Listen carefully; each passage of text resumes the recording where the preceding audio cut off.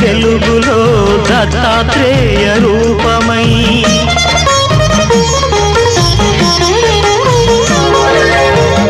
లోకములు కాచే తండ్రివి నీవేనని రూపములనేకములైన శ్రీ సాయిని